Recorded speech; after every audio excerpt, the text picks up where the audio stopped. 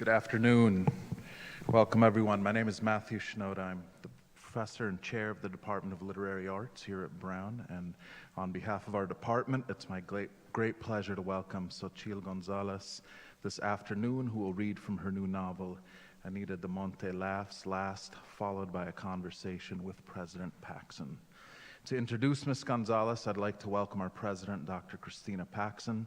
President Paxson has served as Brown University's 19th president and professor of economics and public policy since 2012. Under her leadership, Brown has elevated teaching and research, developed the physical campus to support a world-class education, strengthened community engagement, and supported the students, faculty, and staff who live and work at Brown. Please join me in welcoming President Paxson.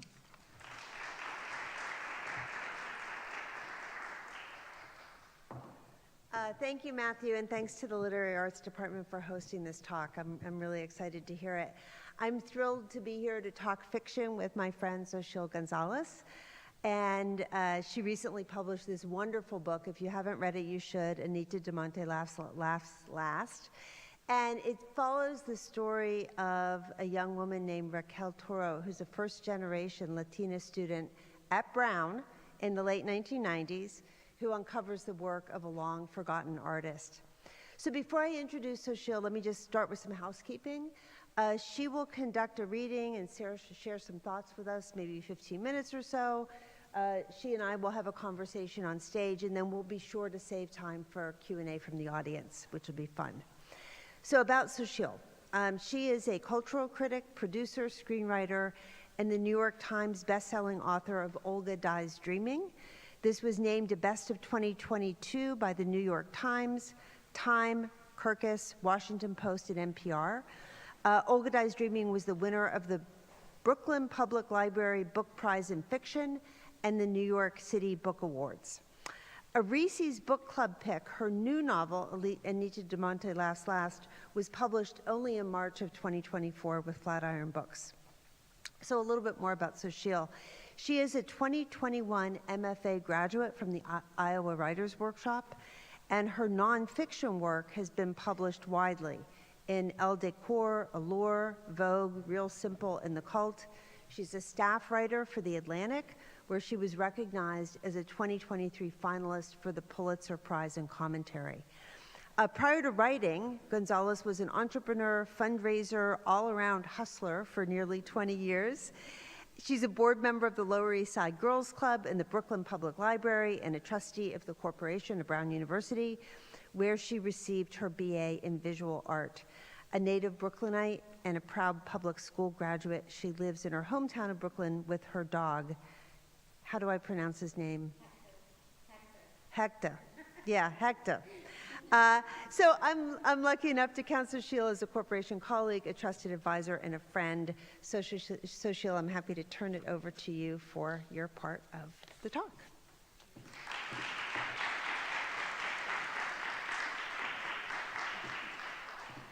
To clarify, my dog, I got him when I was in Iowa, and I wanted to make sure everyone was forced to say his name with a Brooklyn accent. And so that's why he's Hector Laveau. Anyway, I'm really happy to be here. I'm going to kind of do a talky read because I sort of like to talk about the genesis of the book, especially being here. So I came to Brown in 1995, and it was sort of like really almost at the beginning.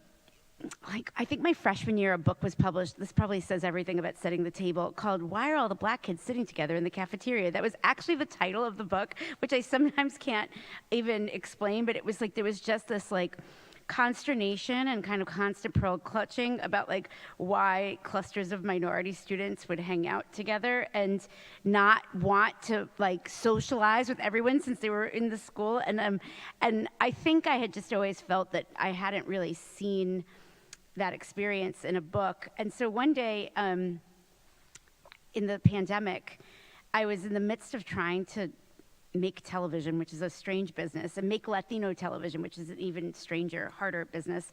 And my producing partner, after a notes call, was like, art and commerce, what can you do? And I took a long walk and I was like, what can you do? You know, I found myself like thinking about my time in my art history classroom at Brown. I took a lot of art history. I really manipulated that open curriculum to do everything that I liked, and I liked art history, but I never ever studied a single, other than Romare Bearden, a single person of color. I barely studied any women, I think at all. I think Birth more so, and that was about it. And I had wonderful professors, but that was it. And it wasn't until my senior year that someone gave me a book on Caribbean art that I even understood that there was a Caribbean art lineage and that I would be curious about it. And somehow that led me to discover the artist Ana Mendieta, who had died in 1985, and really no one talked about. And I just remember kind of going and finding out about the story and realizing that I had taken an entire seminar on her husband, who had theoretically, I think, threw out the window. And this never came up. And I knew all the, like I was the most fun person to go to a museum with because I would remember all the trivia about everybody's biography. And I was like, oh, I was like, he had weird issues with his mother. You know, like I would tell, like, and people were like, that's so fun. And it was like, I can't believe I know all this stuff about all these people and I never knew that. And somehow in the summer of 2020, this made me really angry in a way that it never made me feel before, because I wondered how I might be different, how culture might be different, how making Latino television might be different if Latino art had been part of the American conversation about art. And so what came was this kind of narrative of these two women's stories, one sort of told from the afterlife and one told from the very much present at Brown University. So I'm going to just start with the epigraph, actually, because it's taken from my freshman year survey class for art history, not Western art history, just art history. Why indeed should one not include artists who embody very different sensibilities from that of the European and the mainstream? There is in principle no reason to exclude them whatsoever. However, I have decided to limit this edition to Western art. I have taken a stand about what art I think is most significant that not all readers will agree with, since it favors universality over ethnocentricity. Anthony F. Jansen, and it's from the preface of the 5th edition to History of Art, Volume 2, Harry H. N. Abrams, 1994. And I actually hadn't ever read the preface to this book until I hadn't read this preface while I was a student. And it was only now that I was like, oh, I was like, well, therein kind of lies the problem. But I really wanted to, with the character of Raquel, who is our Brown student, sort of embody what that kind of experience means. And how she kind of finds herself in discovering sort of her own place in this lineage that she's really passionate about in this academic study. And so sort of Raquel's journey is kind of marked through a history of office hours visits with her thesis advisor, John Temple. And I'm just going to read a little bit of Raquel's first meeting that we see with John Temple. This is how we meet Raquel. So it's spring of 1998. Probably not too far into the semester than we are now. Raquel Toro walked into Professor Temple's light-filled office and, for the first time, did not feel herself shrink. She'd woken up that morning and, admittedly, after a night of 2-for-1 Cosmos with Mavette downtown, looked like shit. But she felt proud, ready to meet the day and John Temple unintimidated, neither by the mountains of books, catalogs, academic texts, tomes of criticism that he not only owned but had, at least in part, authored, nor by the exhibition posters lining the walls featuring shows he had mounted or had a major hand in.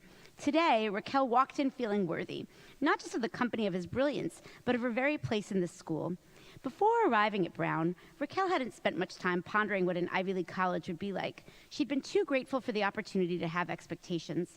But during her sophomore year, when John Temple called Raquel to his office hours for the first time, and she saw him behind his vast desk, she knew that this was it.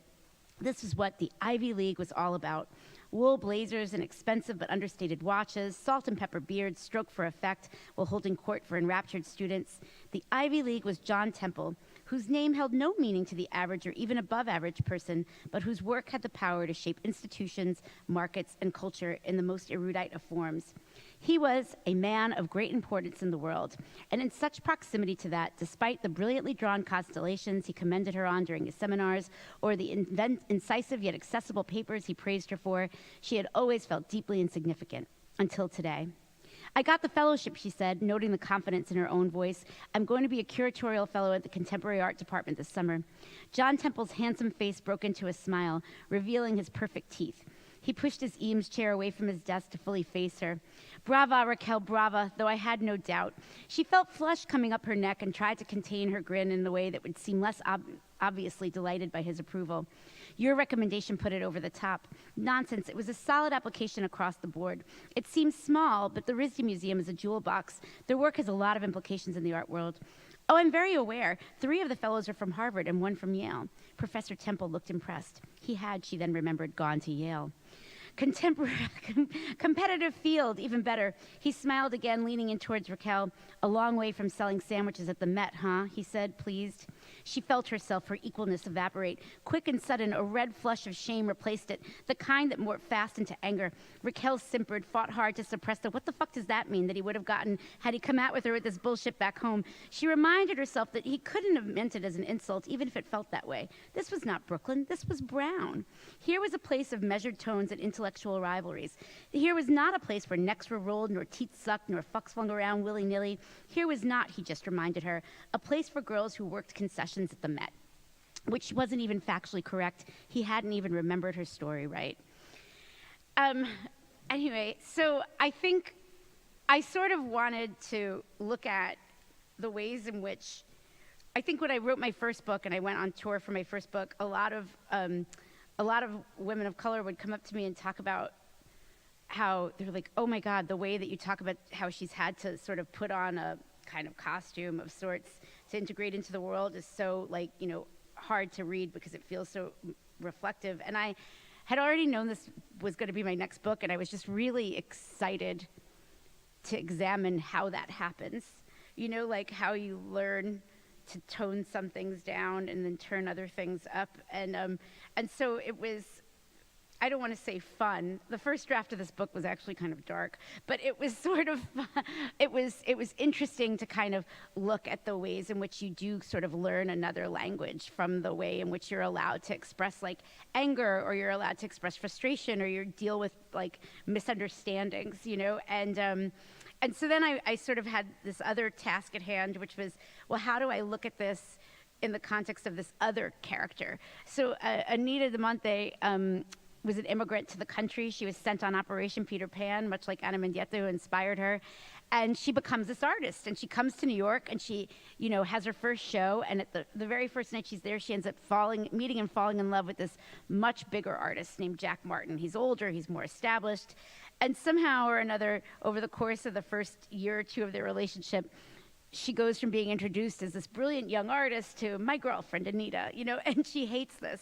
And so now that she's dead, she's deciding she's going to tell us all about herself. And she's telling us about this night that she sort of goes with Jack to the opening of his 3rd career retrospective, you know, and how he sort of has her taking her around, and he keeps introducing her and wanting her to talk about her journey from Cuba, because it sort of is this like intriguing story to him that he's like wants to in a funny way bask in her in the glow of her exoticness to some sense. So so I'm going to just read to you a little story about a little portion of the story wherein she gets a little bit, she's over it. So my heart hurt because I had cried to Jack many nights, worried for my father in Cuba. My sister and I had written letter after letter to the Cuban and American governments, begging to get him out of jail. My mother nearly suicidal for years over guilt that she'd left the island with him sitting in a prison. Our family destroyed, all because of his belief in Jesus Christ, all because he'd pissed off the wrong person. But now, for Jack, having a whole museum full of people talking about him and his work, that wasn't enough. He needed to turn my pain into cocktail conversation. Jack likes to say that I'm dramatic, but unfortunately, I told the guests, In this case, my sweet has just watched too many movies. My father was anti-Batista, the way a lot of middle-class Cubans were. He wasn't in the mountains with rifles or anything like that. He was just pushing papers and telling a few people some useful information. Hardly a rebel. And it's true he ended up in jail, but for staying a practicing Catholic, just like Jack's family. In truth, we were a boring family stuck in the middle of an extraordinary moment. I could feel Jack's glare on me, his frustration. We'd performed this vaudeville routine countless times before. Jack setting up the story, then me coming over and coloring in the details. About Castro coming for dinner, about hiding rifles in the house, about the rebels finding my sister's secret little chapel, my parents taking my sister and me to the airport for Pedro Pan before my father's arrest. Oh, I had learned to put on a good show. I just didn't feel like doing it that night. But you did come on Peter Pan, right? Rebecca asked after a moment of awkward silence. How wonderful that your parents were able to get you out when they did. Yes, truly wonderful. The U.S. convinced the parents of Cuba that the rebels were going to steal their children just so they could take us all and throw us into orphanages and delinquent homes. But hey, at least we're Americans now, right? I said, and I felt that I could almost weep. If you'll excuse me, I need to use the ladies' room. In the powder room, I splashed water on my face, looked in the mirror, and felt a sense of profound disappointment in myself. I already realized months ago that Jack was a selfish man. I already knew how important it is for an artist to protect their time, that critical thing required to think and ponder and question and perfect, but I hadn't learned to assert myself, to assert the value of my own hours, to protect them aggressively, even from the man I loved, because it was not Jack's fault or Rebecca's fault or anyone else's fault that I had not made anything worthwhile in months. What made the disappointment more sour, of course, was that I knew all of this, and still here I was in Berkeley instead of my residency in Florida. If the people I met here tonight, if Jack himself treated me like someone inconsequential, it was only because I didn't have anything to prove otherwise.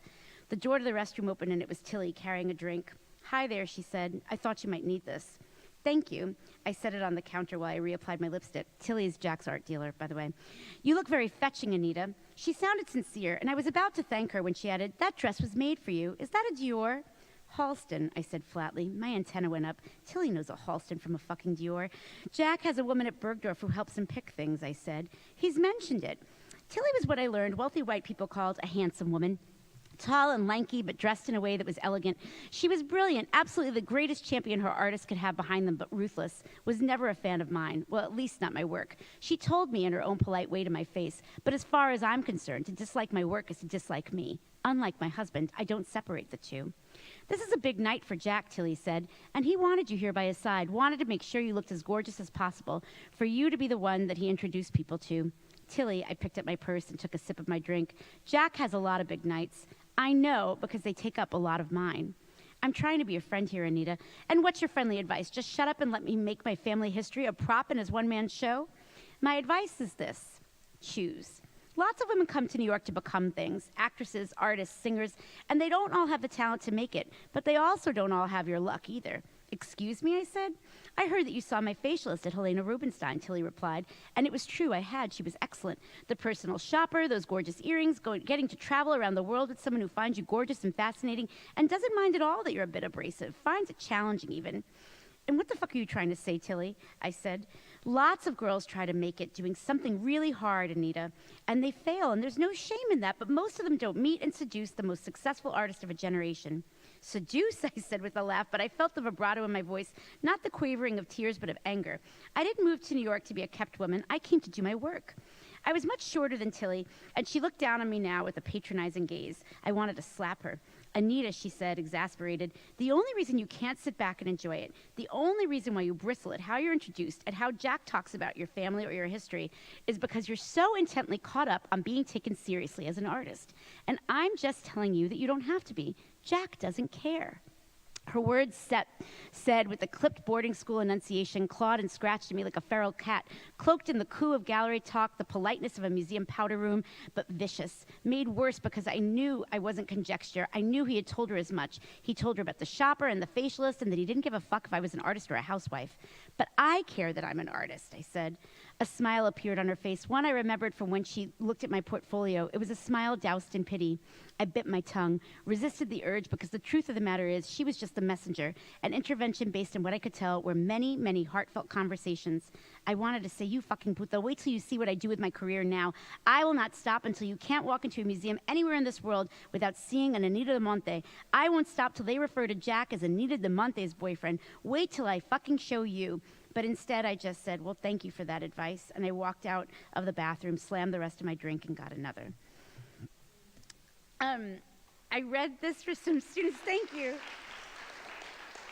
I read this for some students yesterday at Northwestern, and afterwards, one of the young women who hadn't gotten to read either of my books said, but do you ever worry that you're painting these Latino women as victims? And I was like, you haven't gotten to the end yet. I was like, that's why it's called She Laughs Last.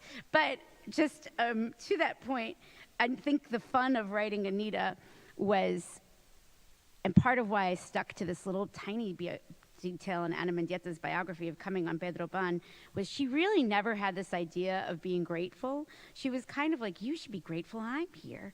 It's like there's a miracle that I ended up in your country, and thank God for it. You're so much better off now that I'm here. And so she sort of didn't take much, and that was a lot of fun in a character, and it was a lot of fun to sort of, there's a Spanish saying, a chingona, and it was fun to see her chingonaness infect Raquel in some way down the line. But I'm just going to read the end of that to sort of give you a taste of it. So after the reception, there's a dinner, and in the car, Jack wants to make sure that Tilly spoke to her, and she says, well, of course she did speak to me. And then at the dinner, someone decides to give a toast. Rebecca from the museum gave a toast. They began serving the entrees. I ordered the tartare, Giancarlo the mussels. Everyone was settling into their seats when I decided that I wasn't going to fall in line. Not that night, and frankly, not ever. I clinked my glass a few times, quieted the room. Excuse me, I said in my best Ricky Ricardo. I would like to make a toast to the man of the night, Senor Jack Martin. Everyone around the table now had eyes on me, genuine expressions of curiosity on their faces. Jack, though, wasn't looking at me. His eyes bore into his tartare instead. You know what? I said to the crowd, I know things you all can hear me so good. I am muy pequeñosita. Let me make this nice and easy. I stood up on the chair, let my stomach drop getting off the ground, but when I looked at Tilly's face of absolute horror from 5 place settings down, I decided it was worth it, just for a minute or two. If you don't know me, I'm Anita Tropicana, and I'm Jack's novia cubana. You all know Jack is a brilliant artist, but no many people know Jack is an humanitarian muy grande. America saved me from Castro, y Jack saved me from the life of a starving artist. Get down from there, you fucking bitch. He gritted his teeth from across the table. It was much more than a whisper, but not his full voice. I was too frightened to look down at him. I looked straight ahead and put on a big smile on my face and kept going. Yak said, you don't need to make art, Anita. I make art good enough for both of us. You just sit and look pretty. I could sense him moving. Even though I couldn't look down, I could hear his footsteps, heavy and quick, close and then far and then close again. As he walked around the long table, I just kept going. I just say, thank you. I know one who works so hard anyway. It's so nice you're celebrating Yak tonight. I screamed despite myself at the shock of being yanked off the chair. He threw me over his shoulder as he cursed me, quietly in my ears, calling me a bitch and a cunt and a fucking nightmare. Adios, everybody, adios, I called out to the crowd as he marched us out the door. He walked us out to the car that the museum had sent, opened up the back door, threw me into the back seat, and told the driver to take me to the fucking house. But I was on my way to the airport before he even got home, and I never, ever put Jack in front of myself again.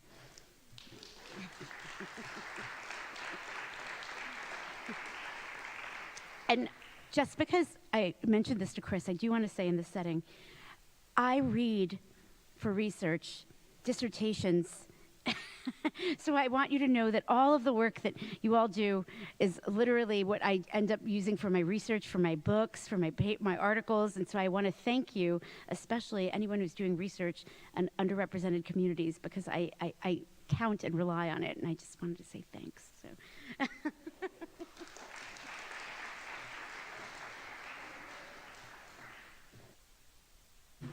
Thank you, Xochitl. That was marvelous. I loved. Actually, I listened to your book. Oh, she's so great. She isn't was she? amazing, She's yes, amazing. yeah. Well, by the way, thank you, because I had forgot my reading glasses, so that was challenging. But she's so much better than me when she reads her. No, oh my gosh. no. Just wonderful. Yeah. And I don't usually do audiobooks, but I thought she was just She was really good. outstanding. Yeah. She was good. So I'm just going to start with a few questions, and then I'm sure people in the audience will want to ask you things. But one, I know, because Yeah. we talked about it, that you grapple with whether to put Yes. Brown in the book or call it like a New England university next to an art Yeah, school. I know. Right? So are you glad you did what you did? I or- am glad I did what I did. I think I remembered I did a piece in the Atlantic about noise, and I didn't want to name the school because I felt like where I went, and it was sort of, it starts out with like the noise of the city in the summer and then coming to kind of quiet. And I got into like a debate. We don't fight at the Atlantic, we debate. But I got into a debate with one of my editors who really desperately wanted me to name the college, and it was through a third party. And I said, did he go to Princeton or Yale? And then he had gone to Princeton. And so, and I was like, I said, I don't want to name the college because I want it to feel universal to whatever school you may have gone to. And so I think initially, I knew what this was going to kind of implicate of the time, and I was worried that in naming the school, it would sort of take something that I know is just a universal challenge of that era and just make it seem like it was unique to here. And I was really happy that I arrived at naming it, because then it started to feel a little ridiculous. It's like the school on the hill that's next to the art college, like felt a little like, okay, who are you kidding, right? Yeah. And I think more than anything,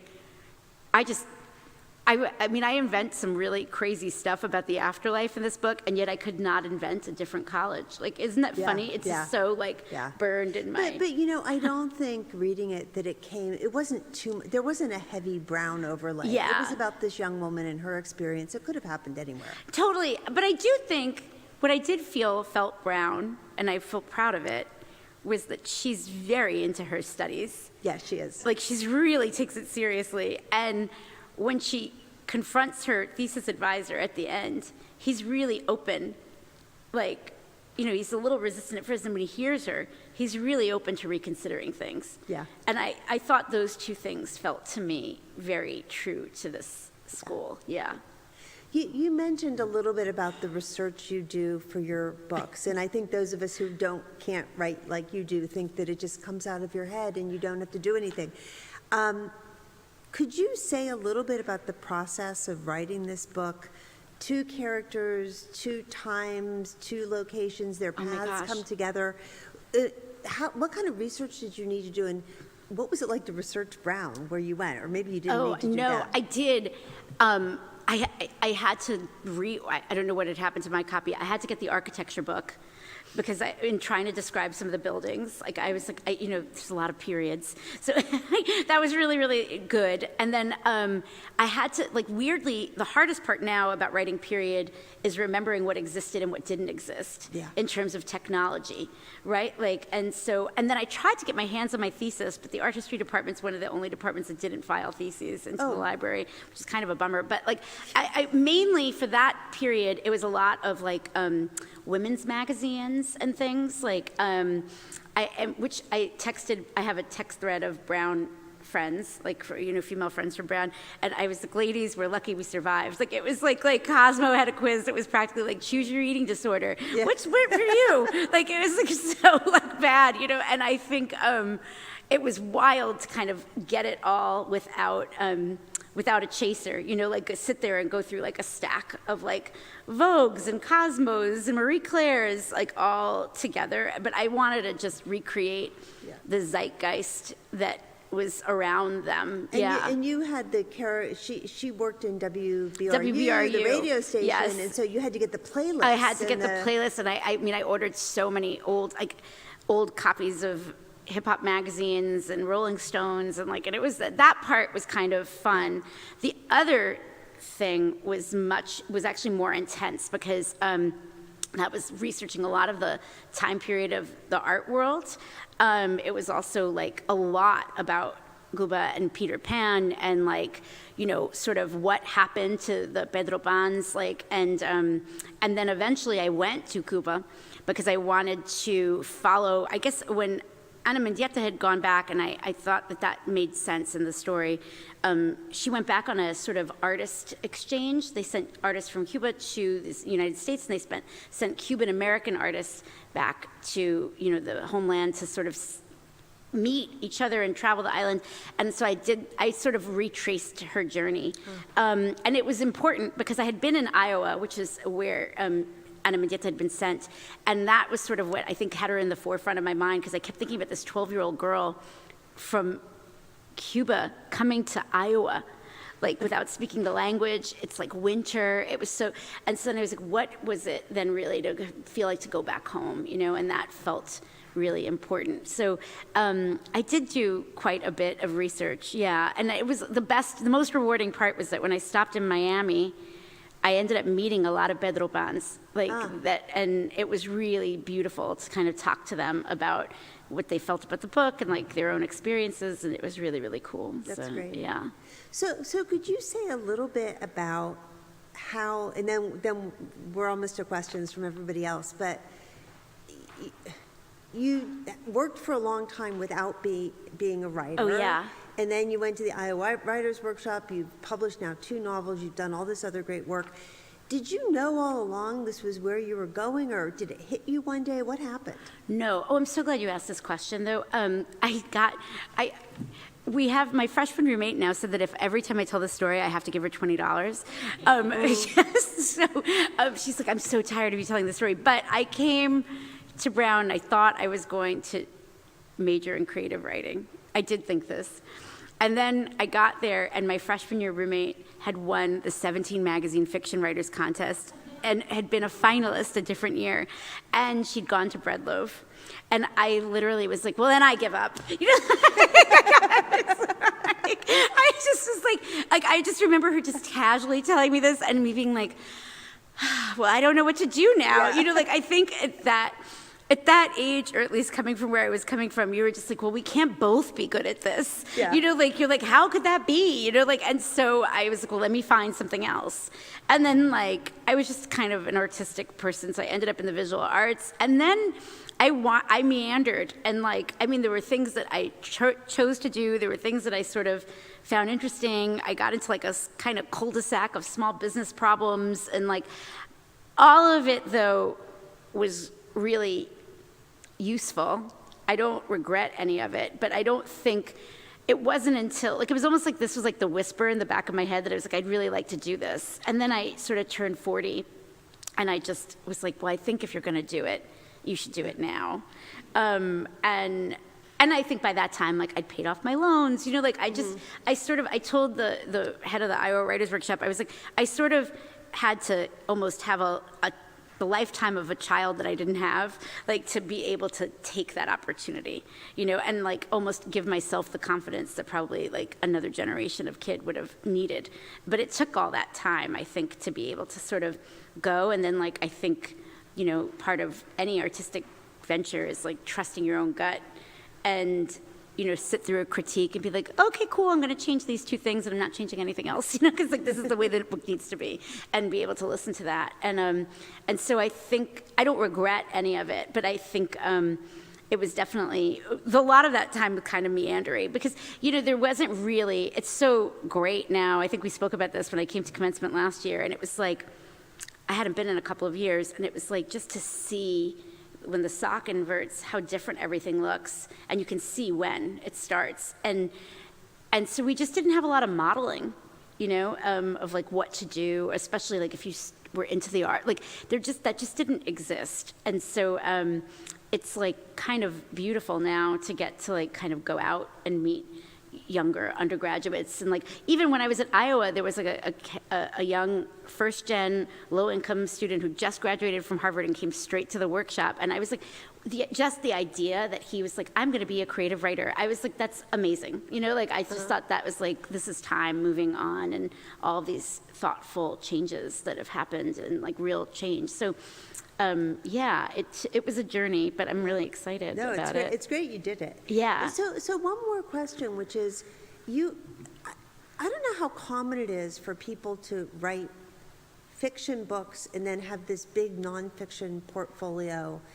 And is that sort of, are they different, or how do you put those things together? I don't think it's that common, is what It's I've not that started common, to right? figure I out. was trying to figure that out. It's like really not that common, is what I'm starting to figure out. It really helps me because I think I've always been interested in. Well, I think I knew that I wanted to write Latino lives, right? Like, and I think you can't do that without touching on social issues, just in the course of existing, the personal, being political. But I really don't like when things feel like polemics. You know what I mean? Like, and so the nonfiction sort of helps me because I work through a lot of my thoughts about bigger issues, and then I find that then when they come out in the fiction, they're sort of more diffused, and it's like they're atmospheric at that point. Like it's like, because it can be very subtle, because it's sort of like in my, almost like in my chemistry, I guess. And then on the other side, it really also then helps me really think about how I feel about these much deeper issues. Like I think when the SCOTUS decision on affirmative action came out, I think I wrote that. I wrote that on my piece on my notes app, like because I so already sort of. You had it in your. I had it in. I had that. It's so thought out because I'd been working on this book, you know, for so long. In fact, and when I did the piece about noise and gentrification, I had already written kind of Raquel's like culture shock coming here. So it was so they sort of, for me, are very conversant. Yeah, that's really interesting. Okay, I have more questions I could ask, but I want to give people in the audience a chance to get in. Oh, Sergio. hi, Sergio.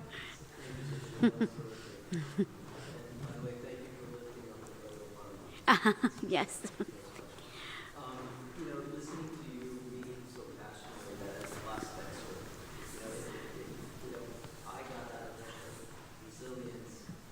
Yeah. Yes. But in many ways, for a Latino young person or a person of color, a young person of color, finding their footing in that space and finding their own confidence, their own courage, their own voice. It's a great message. And I was just wondering if you talked a little bit about it, but if you had any other thoughts about that experience in your own life and in others that you've seen. Yeah, I mean, I think it's really important to me.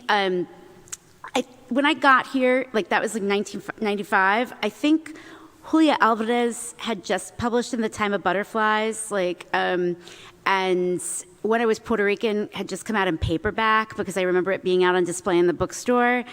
And like, there was this thought, Ana Castillo had her first kind of big book, and there was this thought that this is like going to be this moment, and then it wasn't.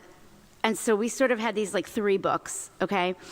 And then, you know, one book doesn't perform well, nobody buys Latino authors, you know? And so it felt really important to me to write Olga in a way that was commercially appealing, but that with the most beautiful language possible embodied the Latino experience that only Latinos would know, without explaining it to anybody and not telling you what this food is, or, you know, if a character thinks in Spanish, not italicizing anything, which like forever you couldn't do. You know, Ana Castillo only got away with it because she wrote about New Mexico, and legally Spanish was still like a legal language of New Mexico, and so that's the only way she was able to get away with it in 1991, and then nobody else could get away with it for like 2 decades.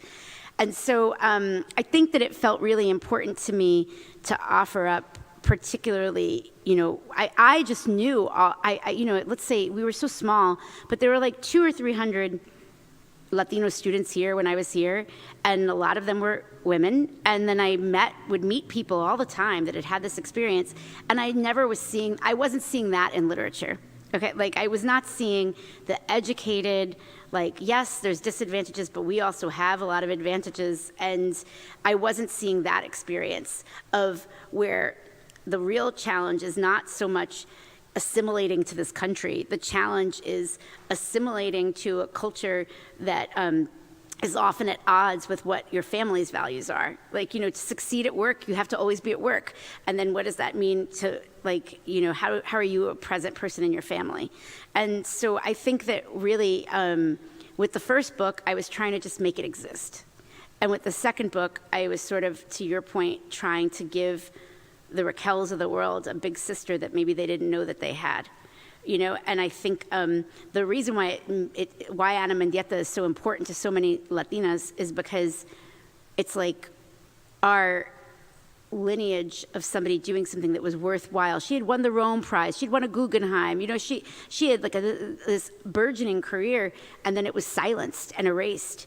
And it's like in that erasure drops your confidence. And so like this was sort of an artistic way to kind of give us that history back. Yeah. Thank you. Can I ask you just one brief follow-up on that? Because in the book, toward the end, her history is to some extent recovered. Yes. Did that really happen? Her history's kind of slowly been recovered, but honestly by Latinas, really, and it's like, and so I think Raquel ends up kind of acting like a symbolic, her estate will like to take a lot of credit for everything, but if it wasn't, again, like to talk about JSTOR, if it wasn't for this steady drum of people getting their PhDs in art history or their master's degrees in art and studying her, or in women's studies and pulling her up and studying what happened to her story, like she would not, that through line wouldn't have set the place setting for, set the table for what happened to her career now. Yeah. Other questions? Hi.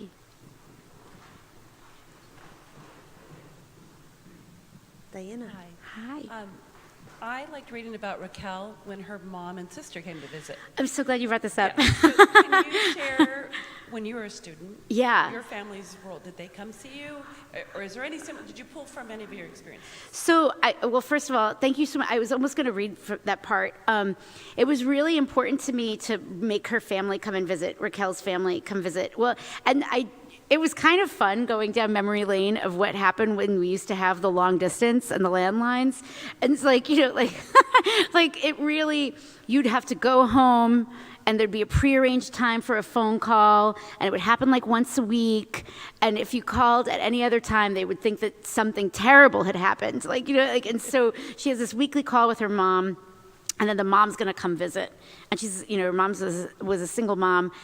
And it was that weekly call was very much like I had this with my grandparents. It was always Sunday morning.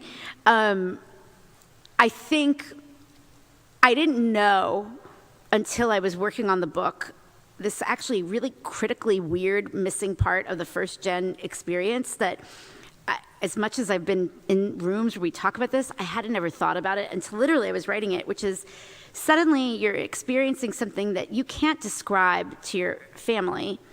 And especially if they hadn't gone to college at all, and they don't understand anything. And you're feeling all of these stressors that are so new to you, but then also impossible to explain. And it's like, it was the first time that it made me realize how much I had been cut off from my support system, that I hadn't even realized. My grandmother was she was really good. I was raised by my grandparents. My grandmother was like a great gossip.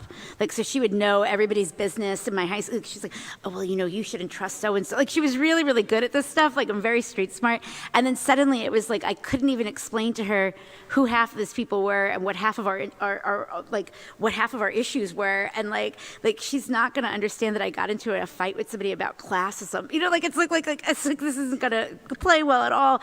And so, that was just kind of lost. And I think, in my first book, there's a grandmother character that's actually really much more based on my grandfather. And in this book, there's a mother character that's very much based on my grandmother, who ended up not visiting anymore because it made her feel too uncomfortable.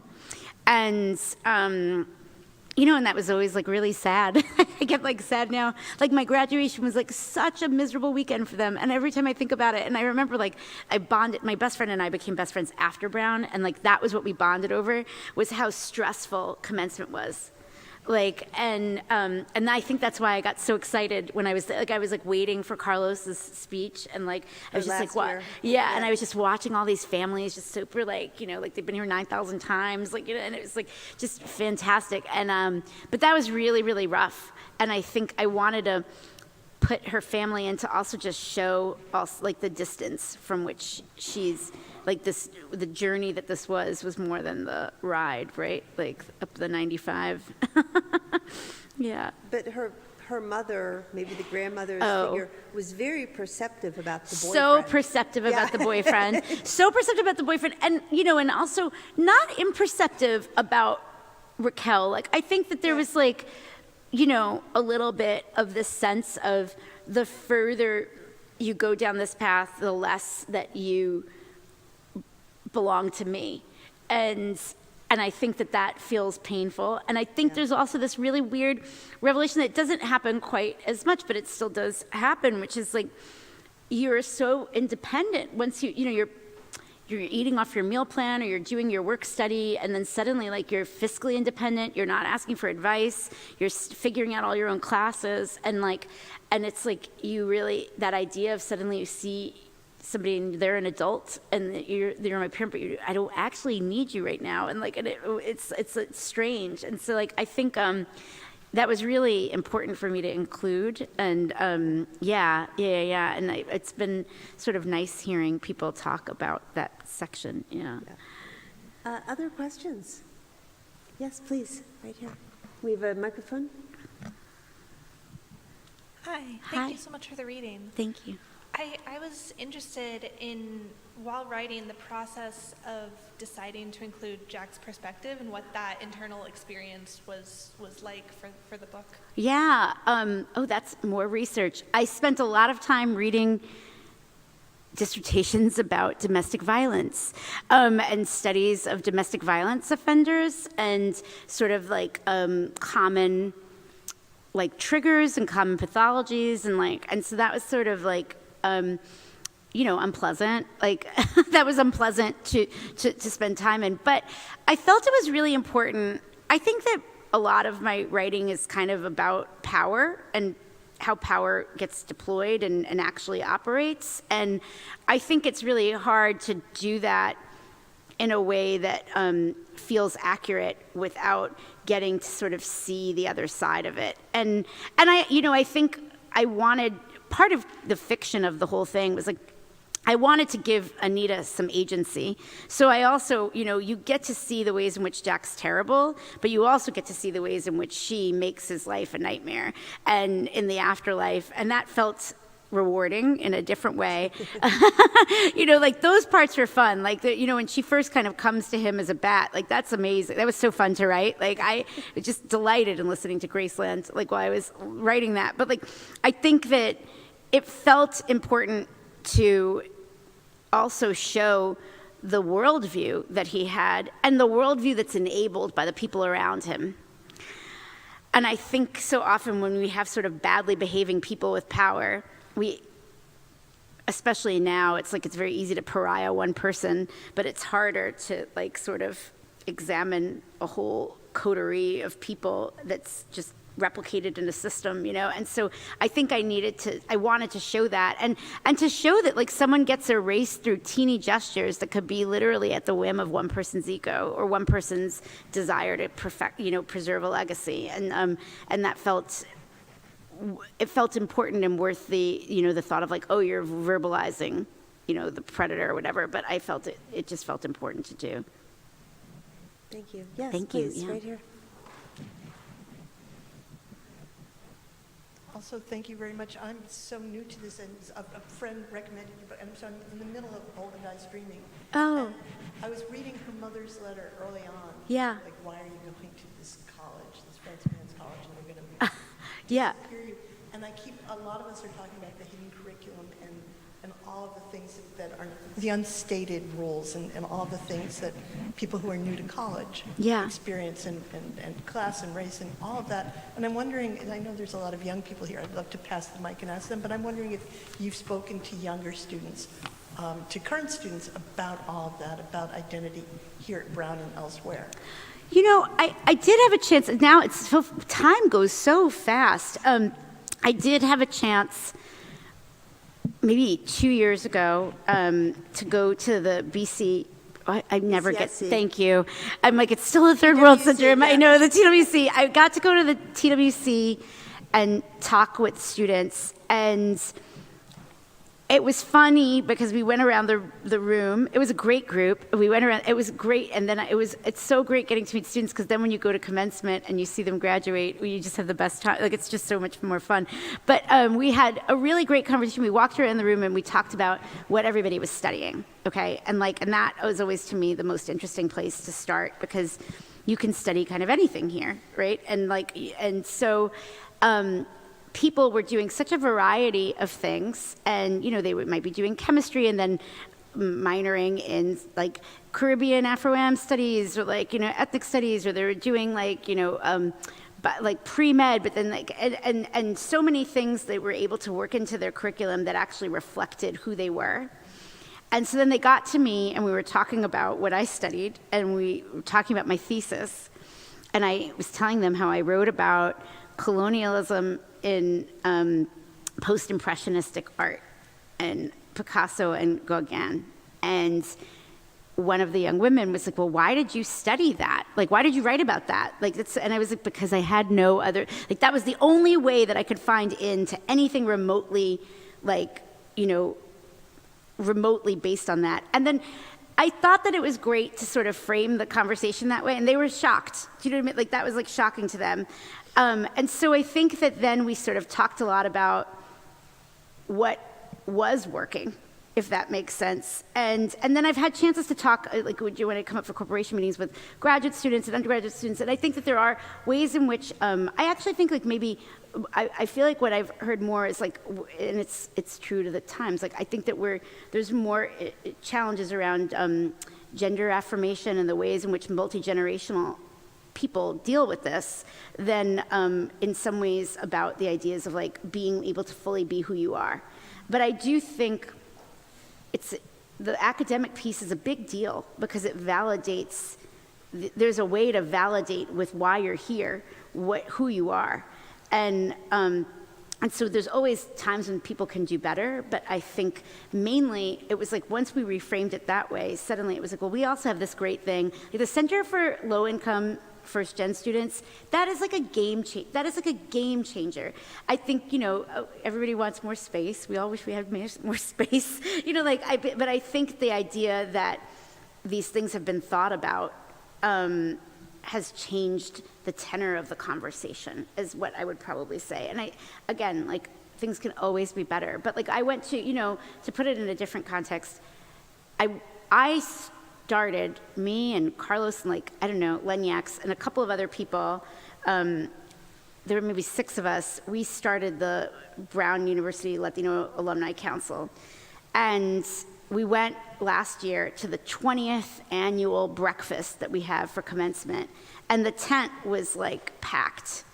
And it was packed with parents, and it was packed with parents that, a couple people came up to me that I'd met at that BCS thing, TWC thing, and they're my mom's a librarian, and then the other person, their family had just come a few years ago to America. And so, it was a broad range of Latino experiences, but there was a space for them as part of commencement. And so I think, there's literally always a little bit more, but I think that mainly what I've felt is I think it's I think it's the wider world where we're having bigger challenges, and I think we talked a lot about that too.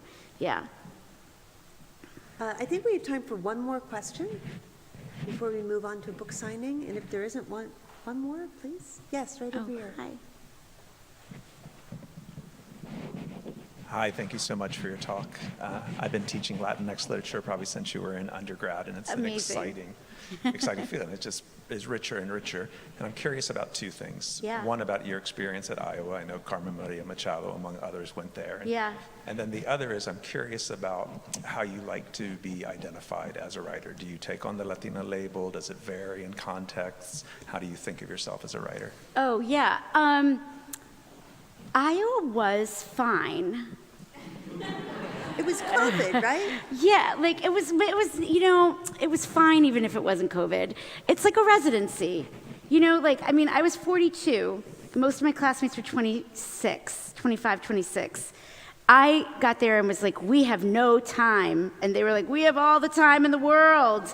Like, you know, so like, it was just really different, you know, like, and I was in Iowa after a whole life in Brooklyn. I got an apartment in March. I stayed for one day to find this apartment, not even a day, half a day, because I had to get back to my job. And I came back and I was like, well, I live downtown and I come to move in and now I'm looking for the rest of the city, and then I realized that that's it.